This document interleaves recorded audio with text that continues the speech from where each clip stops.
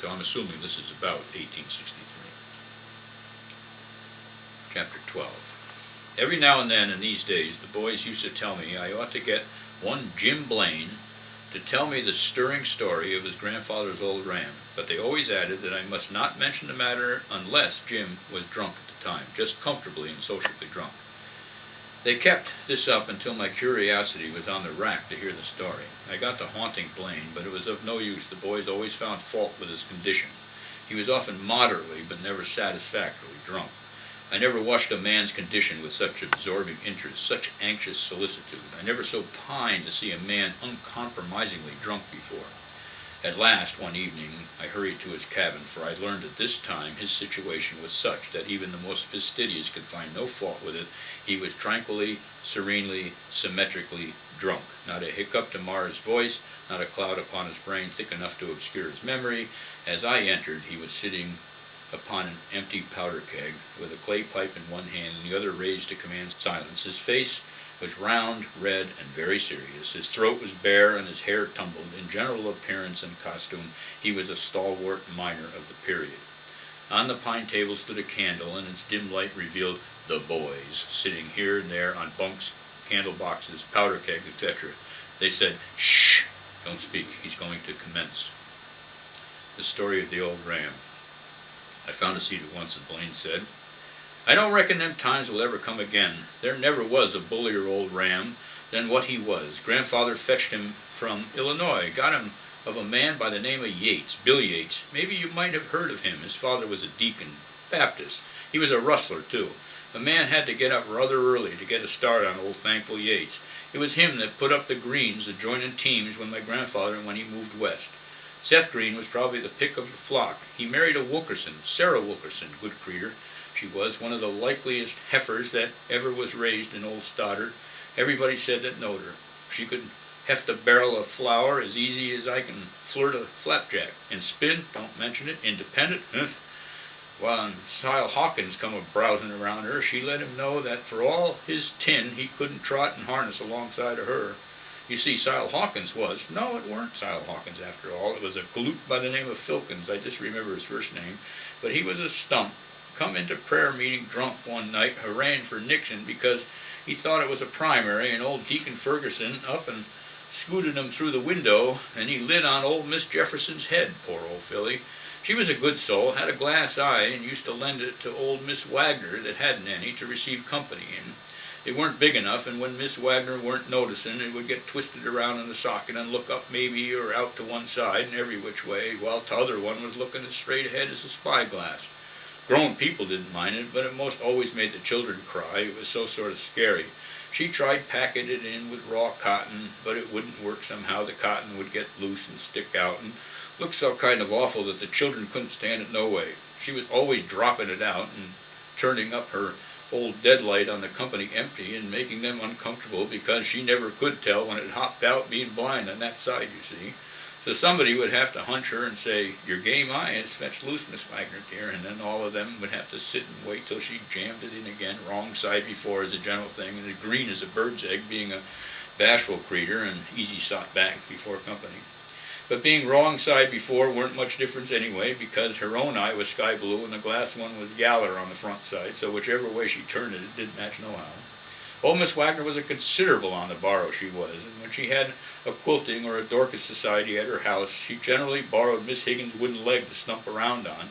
It was considerable shorter than her other pin, but much she minded that. She said she couldn't abide crutches when she had company because they were so slow. Said when she had company and things had to be done, she wanted to get up and hump herself.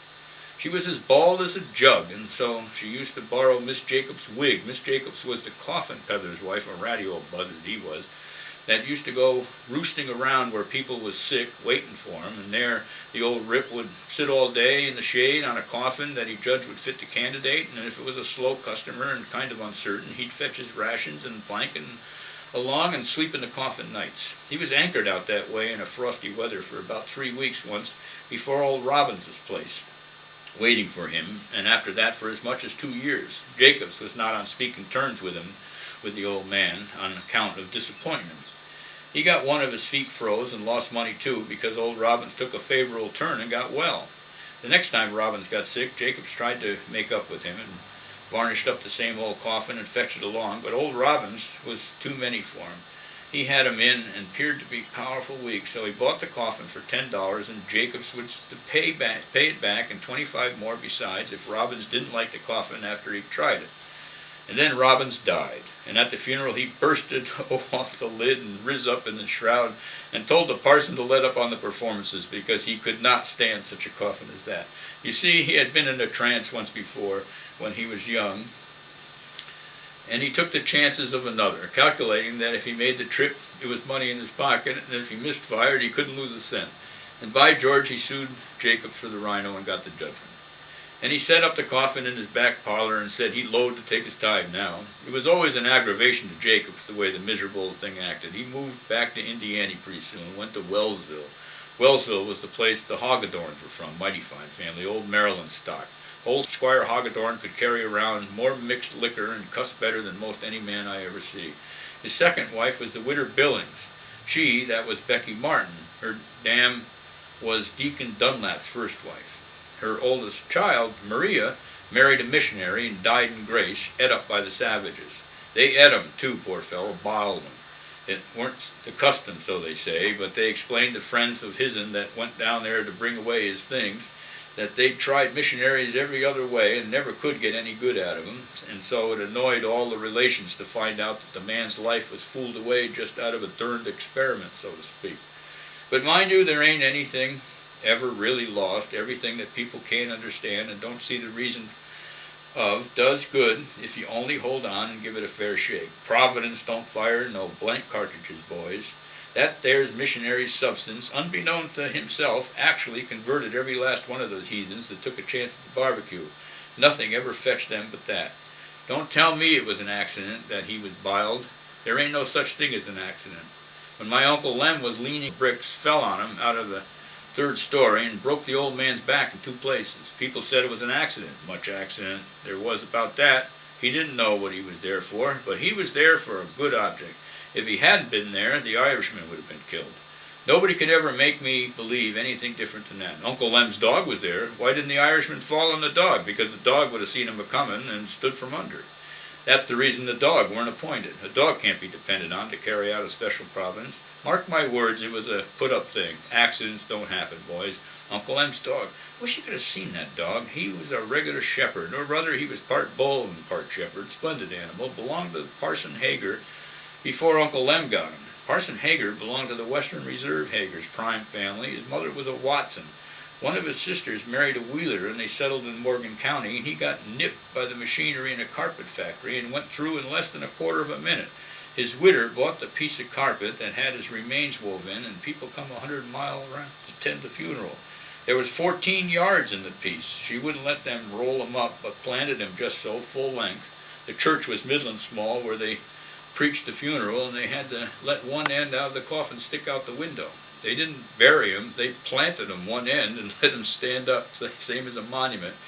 And they nailed on the sign and put on and put on and put on, and sacred to the memory of 14 yards of 3-ply carpet containing all that was Bordeaux William. Jim Blaine had been growing gradually drowsy and drowsier. His head nodded once, twice, 3 times, dropped peacefully upon his breast, and he fell tranquilly asleep. The tears were running down the boy's cheeks. They were suffocating with suppressed laughter, and had been from the start. Though I had never noticed it, I perceived that I was sold. I learned that Jim Blaine's peculiarity was that whenever he reached a certain stage of intoxication, no human power could keep him from setting out with impressive unction to tell about a wonderful adventure which he had once had with his grandfather's old ram, and the mention of the ram in the first sentence was as far as any man has ever heard him get concerning it. He always wandered off interminably from one thing to another till his whiskey got the best of him and he fell asleep. What the thing was that happened to him and his grandfather's old ram is a dark mystery to this day, for nobody has ever found out.